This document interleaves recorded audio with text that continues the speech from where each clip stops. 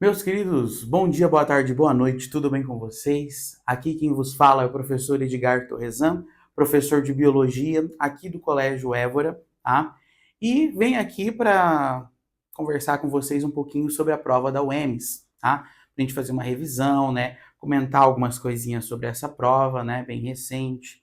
E a gente também vai montar uma revisãozinha com base na edição, né, de 2024, né? Edição do ano passado dessa prova para vocês, tá? Para vocês que querem acompanhar a correção quando for fazer a resolução da prova aqui, né? Podem estar obtendo ela aí no nosso site, né? Entra lá no site que a gente tem todas as edições anteriores lá para vocês estarem baixando e resolvendo, né? E estarem estudando aí também, ok? Bem, queridos, então hoje vamos conversar um pouquinho sobre essa prova, tá?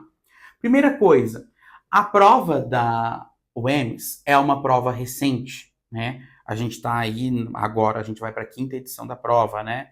Então, nós temos poucas questões de biologia para trabalhar em cima, né? Pensando que são 5 questões apenas dentro da prova, né?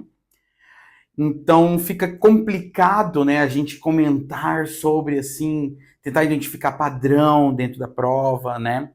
Até porque quando a gente vê, né, a situação tanto na UEMS como na UFMS, que é a mesma banca elaboradora, né, a gente tem aí, parece que tem, às vezes, uma certa recorrência de alguns conteúdos, outras vezes parece que não tem nenhum, né? Então a gente fica meio que nessa confusão aí. Então vamos dar uma conversada sobre. Primeiro, o que a gente tem que entender sobre a prova de biologia da UEMS, né? Então, são 5 questões. São questões geralmente com enunciados muito curtos, tá? Então a questão ela costuma ser pontual no que ela quer que você assinale na alternativa. Então, às vezes, quando ela dá alguns textinhos, né, a gente vai ter que resolver a edição aí, ele vai só explicar brevemente sobre o que vai se tratar a questão, tá? E aí ele vai ser pontual. Sobre esse assunto, assinale a correta, ou então o que é isso, qual é a função disso, que célula desempenha esse papel, tá? Então, são questões com enunciados pontuais, enunciados curtos em sua grande maioria, tá? E aqui costumam ser questões específicas. Como assim questão específica, professor? A prova, nas questões de biologia da UEMS, costumam ser, a gente diz, eu não quero dizer conteudista no sentido de vocês interpretarem pensando assim, então é bastante conteúdo, né? Mas é no sentido de ela vai pegar uma coisa específica da biologia que é que você saiba, tá? Ela não vai ter uma construção em volta, né? Não vai ser comparando aí, né, com o Enem, que ele às vezes dá um texto, uma interdisciplinaridade maior, né? Querendo que você relacione com algo do cotidiano, com alguma notícia, né? Não, ele vai puxar um conteúdo específico de biologia, né? Então, sobre esse assunto, né? O que é isso? Qual a função disso? Tá? Então, as questões costumam ser assim, bem diretas, sem muita enrolação no enunciado. Tá? Isso tem suas vantagens e suas desvantagens para nós, né? Pensando em vantagens, pô, a gente tem uma questão que não vai enrolar no enunciado, não vai me confundir no que ela quer perguntar, né? Só que a desvantagem é que a gente tem que, às vezes, ter uma gama muito grande de conteúdo para poder fazer a prova. Porque ele vai puxar conteúdos específicos. E às vezes é uma palavrinha, uma situação que você não se recorda e às vezes acaba aí prejudicando você na resolução do exercício, tá? Então a gente tem essa situação, tá? A edição de 2024 da prova da UEMS, o que a gente teve aqui aparecendo para nós? Questão de zoologia, biologia celular, taxonomia genética e evolução. Tá? Esses foram os 5 conteúdos que apareceram. Quando a gente puxa as edições anteriores, né, a gente vai ter aí na edição 2021 genética, ecologia, genética molecular, zoologia e biologia da saúde. Na edição 2022, aí caiu uma questãozinha de fungos, né? Foi bem direta a questão de fungos. Mas teve aí também ecologia, zoologia, biocel, histologia, né? A edição 23, genética molecular de novo, biologia celular, zoologia 2 vezes, né? Caiu numa questão específica e uma questão misturada com biologia da saúde e evolução, tá? Então a gente tem aí, né, 20 questões para trabalhar em cima. E dentro disso, o que a gente vai fazer? Vamos montar um possível top 3 aqui de conteúdos mais recorrentes. Por que eu vou falar possível top 3? E como eu falei para vocês, é uma prova muito recente, né? É difícil a gente pegar e afirmar, não, isso vai aparecer na prova com vocês, né? A gente observa o quê? Uma tendência da prova para o conteúdo de zoologia, tá? Uma tendência, assim, que do ano passado essa tendência se confirmou. Para esse ano a gente espera uma certa confirmação, né? Só que talvez não se confirme. Ah, meu Deus, professor, como assim? Vamos lá, a gente veio edição 21, 22 e 23, todas com questões de zoologia. 21 com questão de zoologia, 22 com questão de zoologia, 23 com questão de zoologia. Então, ano passado, se vocês até for puxar a revisão do ano passado, a minha expectativa era que tivesse uma questão de zoologia na edição 24. Tá? E foi lá, pronto. A primeira questão da prova era uma questão de zoologia. Porque a gente veio nessa sequência zoologia, zoologia, zoologia. Então, para esse ano, a gente tem expectativa de novo para zoologia? Até tem. Só que a gente já começa a ficar com uma pulga atrás da orelha, por quê? Pô, ele veio 4 anos seguidos cobrando questão de zoologia. Em todas as edições teve questão de zoologia. Então vai para o 5º ano seguido? Pode ser que sim, as chances são altas. Só que não são. Agora eu não vou apostar todas as minhas fichas na zoologia, igual eu fiz ano passado. Tá? Porque ele vai ir para a 5ª edição seguida cobrando zoologia. Então a gente fica com essa pulguinha atrás da orelha, que pode ser que a zoologia deixe de aparecer esse ano. Porque também, às vezes, o vestibular não quer mostrar assim tão na cara qual é a recorrência, né? Então, as chances de aparecer zoologia são um pouco menores nesse ano do que a gente tinha no ano passado. Tá? Não vou colocar que são nulas, porque até a gente até observa, né? Zoologia, zoologia, zoologia. Então, vai que é a prova, né? O vestibular escolheu isso, né? Virou e falou lá para a FAPEC, não, a gente quer priorizar questões desse assunto, né? É uma possibilidade, sim, tá? Só que reforço, a gente não vamos apostar todas as fichas na zoologia, certo? Mas tá aí, é o top 1, tá? É o conteúdo que mais apareceu na prova. Se a gente for somar aí todas as questões, a gente teve aí umas 5 questões envolvendo assuntos de zoologia, tá? Ao longo aí das 20 questões, dá 1/4 das questões, né? 25%, beleza? Então, zoologia tá no top 1. Segundo conteúdo mais abordado que a gente teve aí foi biologia celular. A gente teve tanto parte de membrana plasmática, como de respiração celular, tá? Então a gente teve aí questões envolvendo biologia celular, mitose, meiose, né? O que envolve a biologia celular? O pessoal costuma, às vezes, ficar meio confuso. Ah, professor, biologia celular. Você fala assim, célula, gente. Pensa em tudo que está envolvendo a célula, tá? Então você vai ter lá a parte de membrana, a parte de núcleo um pouco, tá? Organelas, respiração celular, mitose, meiose, tá? A parte toda que envolve a dinâmica celular, tá? E o último tópico que também teve uma tendência a aparecer bastante aí dentro da prova da UEMS é o tópico de evolução, tá? Então aí teve 3 questões que já envolvendo evolução aí dentro da prova da UEMS, tá? Então esses 3 conteúdos foram os que mais apareceram nas provas, tá? Então assim, tem aquela expectativa deles aparecerem de novo? Tem uma expectativa maior, né? Na revisão do ano passado eu até comentei no vídeo que uma das expectativas que eu tinha, mas isso aí era uma expectativa minha, assim, tá? E eu acho que eu reforço para esse ano essa expectativa. É que até agora a prova da UEMS não cobrou nunca conteúdos de botânica, né? Então ela não trouxe aí morfologia floral, morfologia de frutos, ela não trouxe histologia vegetal, ela não trouxe anatomia vegetal, né? A prova da UFMS, que é a mesma banca, ela já trouxe questões de botânica em edições anteriores, né? Inclusive a edição do ano passado trouxe.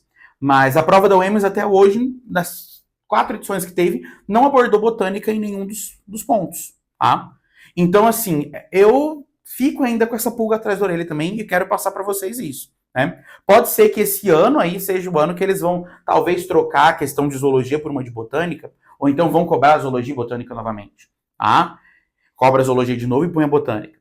Então fica nessa expectativa também. Eu tenho essa expectativa aí, né? E vou passar para vocês isso também. Da botânica aparecer esse ano aí para nós. Porque a gente vai para a 5ª edição e nada de botânica na prova, né? A gente já teve fungos, já teve histologia, já teve zoo, já teve saúde, biocel, né? A gente já teve várias áreas da biologia sendo englobadas ali dentro, né? A própria microbiologia, numa questão de biologia da saúde, já foi envolvida também, tá? Só que a botânica, ela tá ficando meio de ladinho ali, beleza? Então, assim, tem-se essa expectativa, da mesma forma que tem essa expectativa com fisiologia. Fisiologia também é outro conteúdo que ainda não deu as caras na prova do Enem, a fisiologia humana, né? Na prova do Enem, não, minto. Na prova da UFM, da UENS, meu Deus. Tá? Então, nesses dois conteúdos que não apareceram ainda, a gente tem uma certa expectativa. Quando que eles vão aparecer? Cadê? Porque tá dentro do edital, né? E aí a prova tá começando a ficar, né? Quinta edição, até agora não apareceu esse conteúdo nenhuma vez, né? Aí começa a falar, então tira do edital o conteúdo, né? Então, nessa expectativa de conteúdos que podem aparecer nesse ano, né? Vamos lá, as apostas, né? Eu gosto de fazer as minhas apostas aí, tá? Eu tenho aí a zoologia, uma chance um pouco menor, tá? Porque eu acredito que o vestibular não vai querer ficar nessa recorrência tão grande de zoologia, tá? E talvez quem dê as caras aí para nós seja a botânica ou a fisiologia humana, ou quem sabe até as duas, tá? Que ainda não apareceram nas edições anteriores, beleza? Bem, então essa é uma parte introdutória que eu queria conversar com vocês sobre a prova, sobre as nossas possibilidades, o que a gente espera aí para a edição desse ano, tá? Vamos fazer uma revisão agora pautada em cima da edição do ano passado, né? Para a gente rever alguns conceitos e até para vocês sentirem como que é essa parte que eu quis dizer de especificidade da prova, tá? Então, ó, a gente começa com uma especificidade aí na questão de número 31, tá? Se vocês pegarem aí, baixem lá a prova, vem para acompanhar conosco aí, tá? Ele traz aí para nós um enunciado bem curto, tá? Falando aí, ó, o Brasil tem uma rica fauna de peixes actinopterígeos. Assinale a alternativa que indica uma característica diagnóstica desse grupo. Aí vem agora a galera que, meu Deus, o que é o peixe actinopterígeo? Tá? Porque o que a gente costuma dar atenção maior para o vestibular? Peixes, peixes ósseos e peixes cartilaginosos, né? Condríquides e osteíquides, né? O condro de cartilaginoso e o ósseo de ósseo. Beleza. Só que vem e pergunta, peixe actinopterígeo. Aí quebra vocês, né? Quebra o vestibulando. Que raios é peixe actinopterígeo? Onde que eu vou lembrar o actinopterígeo? Então, olha onde ele foi. Ele queria que você desse uma característica diagnóstica do actinopterígeo. Tá? O que é o actinopterígeo? É uma subdivisão dos peixes ósseos. Então, os osteíctes, a gente tem aí duas subdivisões. Os actinopterígeos e os sarcopterígeos. Os actinopterígeos são os peixes de nadadeiras raiadas, tá? E os sarcopterígeos, os de nadadeiras lobadas. Inclusive os sarcopterígeos que deram origem aí aos tetrápodes posteriormente, né? Um clado aí ramificou que deu aí uma origem semelhante. Compartilha um ancestral comum ali, tá? Então tá, actinopterígeo é o peixe de nadadeira raiada, que você vai pegar lá a nadadeira do peixe, né? E aí você tem raios ósseos nessa nadadeira, tá? A nadadeira lobada, né? Isso aqui seria a raiada, tá? A nadadeira lobada do peixe é aquela em que a gente vai ter ossos aqui, conjuntos ósseos, formando essa nadadeira, tá? Então essa é a diferença da lobada para raiada, tá? Então aqui ele queria saber das nadadeiras raiadas. Só que se a gente for ver as alternativas, uma característica diagnóstica dos actinopterídeos seria a nadadeira raiada. Só que a gente olha lá, ampolas de Lorenzini, bexiga natatória, glândulas mucosas, glândulas paratóides, boca ventral e transversal, cadê as nadadeiras raiadas? Tá? Então o que a questão tentou fazer aqui? Ela não queria usar a terminologia peixes ósseos, tá?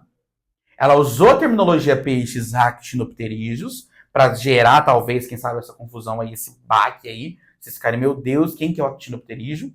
Só que ele quer saber, na verdade, uma característica do peixe ósseo, tá? Diagnóstica do peixe ósseo. E esse a gente vem lá, ampola de Lorenzini. O que é a ampola de Lorenzini? São aquelas estruturas que a gente tem nos cartilaginosos que vão servir como eletroreceptores, tá? Eu até falo, eu lembro do chuveiro do Lorenzetti, Lorenzini, lembra aí de Loren, tudo, para eletricidade, tá? Porque aí a gente tem um receptor elétrico, tá? Um eletroreceptor, e é de peixe cartilaginoso, então não pode ser. A bexiga natatória, opa, ela é exclusiva dos peixes ósseos, tá? O que é a bexiga natatória, né? É aquele balão que a gente tem dentro do peixe, né?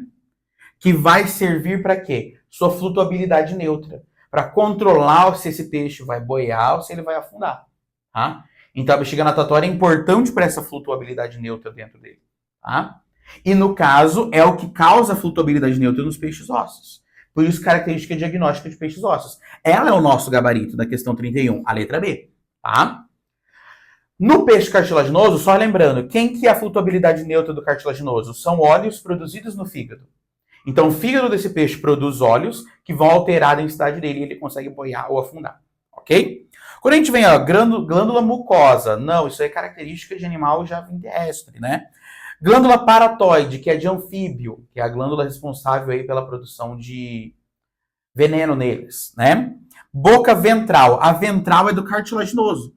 O que é a boca ventral? É quando a gente tem aqui, ó, o tubarão, e aí a boca dele tá aqui embaixo. A boca do peixe ósseo, ela é terminal, a gente diz. Ah, então ela é na ponta do animal. Ventral do cartilaginoso, terminal do peixe ósseo. Ok? Então aí, ó, essa questão 1, ele traz esse termo actinopterídeos para gerar talvez essa confusão. Para fazer você buscar, meu Deus, actinopterídeos aonde tá isso na minha memória aqui. Tá? Mas ele queria aqui somente uma característica de peixe ósseo, né? Essa primeira. Beleza? Na questão 2, a gente tem uma questão de biologia celular envolvendo o ramo da biologia celular, que é a bioenergética, tá? De produção de energia, processos metabólicos de produção de energia, tá? E ele fala para nós aí, a respiração aeróbica da glicose é composta por 3 etapas, ou seja, a respiração celular tem 3 etapas. Glicólise, ciclo de Krebs, e ele coloca aí fosforilação oxidativa. Mas eu trouxe aqui cadeia respiratória, eu quero que vocês tenham em mente que essa última etapa ela tem sinônimos. A segunda etapa também tem. O ciclo de Krebs ele também pode ser chamado de ciclo do ácido cítrico, tá? E a cadeia respiratória pode ser chamada de fosforilação oxidativa e também cadeia transportadora de elétrons. Então são 3 sinônimos aí para a mesma situação na última etapa, tá? O que acontece em cada etapa, né? Não é o foco da questão, mas já que a gente está fazendo uma revisão, é sempre bom lembrar. Glicólise, ó, glicólise. Eu vou ter a quebra da molécula de glicose. Tá? Isso a gente gasta 2 ATPs, produz o 4, e essa glicose é quebrada em 2 piruvatos ou ácidos pirúvicos. Tá? Aí o piruvato agora entra dentro da mitocôndria, né? Porque a glicólise acontece no citoplasma. Agora essas 2 etapas aqui acontecem dentro da mitocôndria. O ciclo de Krebs ou ciclo do ácido cítrico ocorre na matriz mitocondrial, tá? E aí a gente vai ter aquele ácido pirúvico que saiu ali, ele vai passar por processos agora. Primeiro, ele vai perder um carbono, porque ele tinha 3 carbonos. Perde um, fica com 2, vira um acetil. E junta com a coenzima A, acetil-CoA, tá? Aquele carbono que perdeu sai na forma de gás carbônico. Aí agora a gente entra dentro do ciclo de Krebs.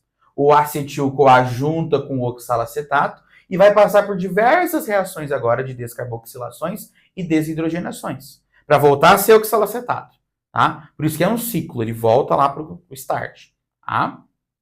Mas para que é importante ter essas reações? Para que eu produza principalmente NADH e FADH2, que são os transportadores de elétrons. Vai produzir ATP aqui também? Vai produzir 2 ATPs, tá? Um para cada piruvato que entra, tá?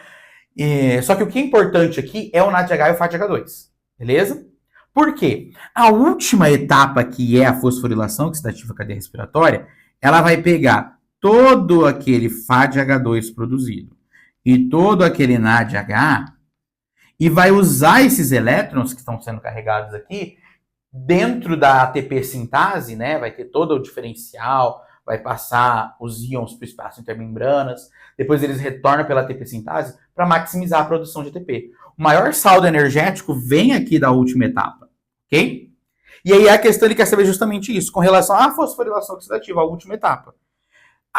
Ela apresenta o quê? Aí a letra A, acetil-CoA como ponto de partida para um conjunto de reações do ciclo do ácido cítrico. Esse é o ciclo de Krebs. A B, formação da molécula de acetil-CoA na mitocôndria reagindo com a molécula de ácido oxalacético. Essa seria o início do ciclo de Krebs também.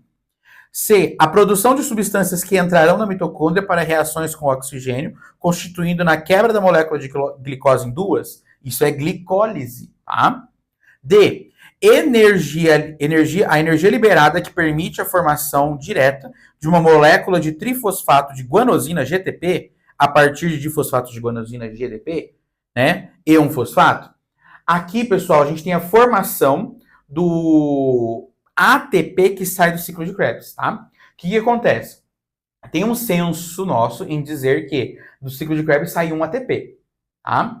Só que diretamente do ciclo, o que acontece? A gente tem o GDP, que é a guanosina difosfato, se associando com mais um fosfato e forma GTP, que é a guanosina trifosfato. Esse GTP vai depois doar o fosfato que ele recebeu para um ADP e formar o ATP. Tá? Então, vai sair diretamente um ATP do ciclo de Krebs? Não, sai um GTP. Tá? Só que o final do processo tudo vai desembocar num ATP. Tá? Então, essa letra dele está escrevendo esse processo, só que é um processo do ciclo de Krebs e não da fosforilação oxidativa. Beleza? Nos resta a letra E, que diz que vai ocorrer a síntese da maior parte do GTP, que é produzido na respiração aeróbica. E ocorre a transferência de elétrons e de íons de hidrogênio das moléculas de NADH e FADH2 para átomos provenientes de oxigênio. Tanto é que é aqui que é importante o oxigênio. Esses elétrons vão se associar com esse O2 para formar o quê? Água, tá? Então o oxigênio é importante na última etapa da respiração celular. Beleza? Então aqui a gente assinala a letra E como resposta. Na 33, a gente tem uma questão considerada tranquila, tá? Só que tem que tomar um cuidado. Por quê? É uma questão de taxonomia envolvendo a descoberta de novas espécies. Ele fala para nós aí que durante uma expedição no Pantanal foi descoberta uma nova espécie de anfíbio que nunca havia sido registrada antes. Então é uma nova espécie. Aí ele quer saber qual é o próximo passo em relação a essa espécie.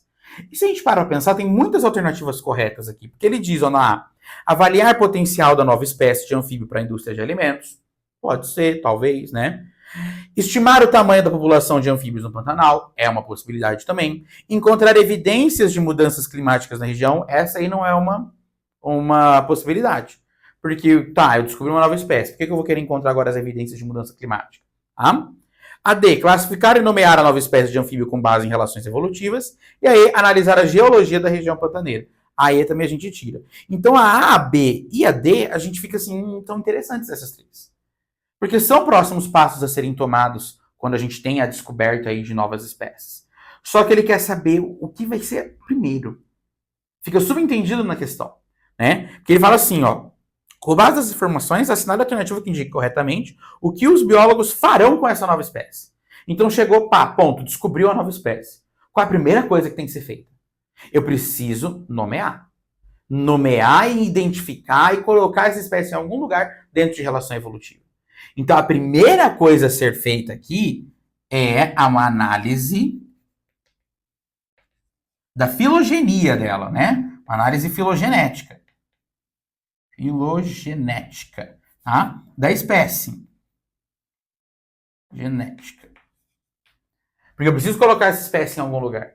Esse é o primeiro passo. Faço essa análise filogenética, daí eu vou nomear, né? Isso aqui dentro da análise filogenética a gente tem a nomeação, nomeação da espécie, seguindo, né, a nomenclatura binominal, tá? Então a gente vai ter lá 2 nomes, gênero e epíteto específico, destacado no texto, certo? De alguma forma, gênero com letra maiúscula, epíteto específico com letra minúscula. Aí depois que eu fiz isso aqui, agora que a gente parte aí para potencial na indústria de alimentos e tamanho da população do Pantanal. Mas o primeiro passo é identificar e nomear essa espécie. Tá? Então, a 33, a gente assinala a letra D como resposta. Tá? Então, era uma questão tranquila, mas que tinha que ter essa atenção aí na hora de qual seria o primeiro passo a acontecer. Beleza? A 34 é uma questão de genética bem tranquila. Tá? Uma outra coisa, as questões da FAPEC de genética têm costumado ser bem tranquilas, tá, na resolução. Nada muito elaborado para a gente fazer. Tá?